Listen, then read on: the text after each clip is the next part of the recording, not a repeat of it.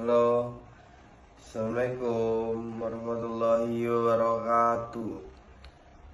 Perkenalkan, nama saya Yuda Saputra dengan NIM 401221133. Di pertemuan kali ini saya akan menjelaskan tentang 7 prinsip dari hukum humaniter internasional. Yang pertama, hukum prinsip kemanusiaan atau humanity. Prinsip ini mengedepankan penghormatan terhadap martabat manusia dan tujuan utama hukum humaniter internasional, yaitu mengurangi penderitaan selama konflik bersenjata, segala bentuk kekerasan yang tidak perlu, penyiksaan, dan tindakan yang merendahkan martabat manusia di sana.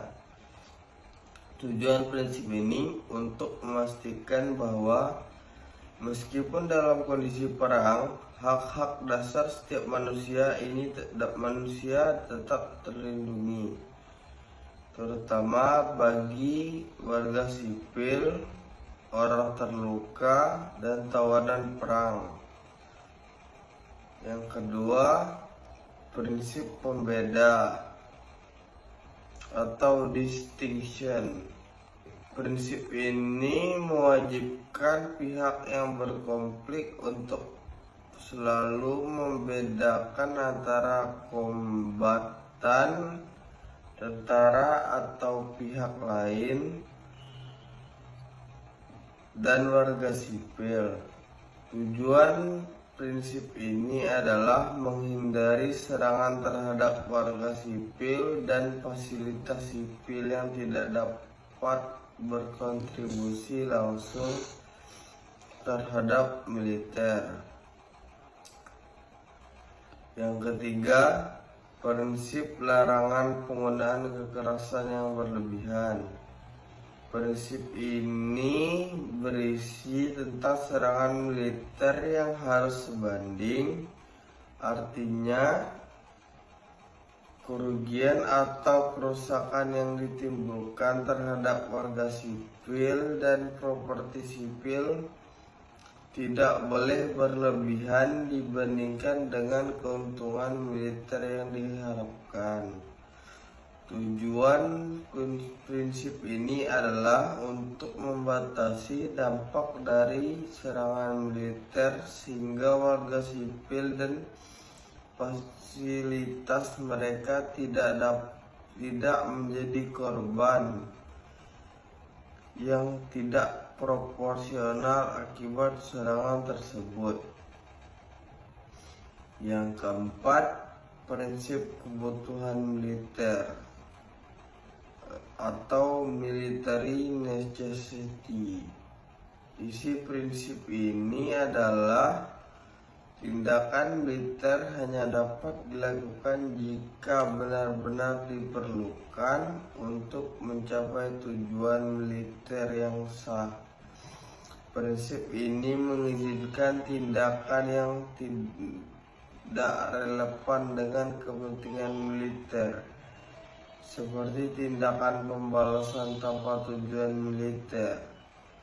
Tujuan prinsip ini adalah untuk memastikan bahwa militer terbatas pada apa yang diperlukan untuk mengalahkan musuh dan tidak melibatkan kekerasan yang berlebihan atau tanpa tujuan militer.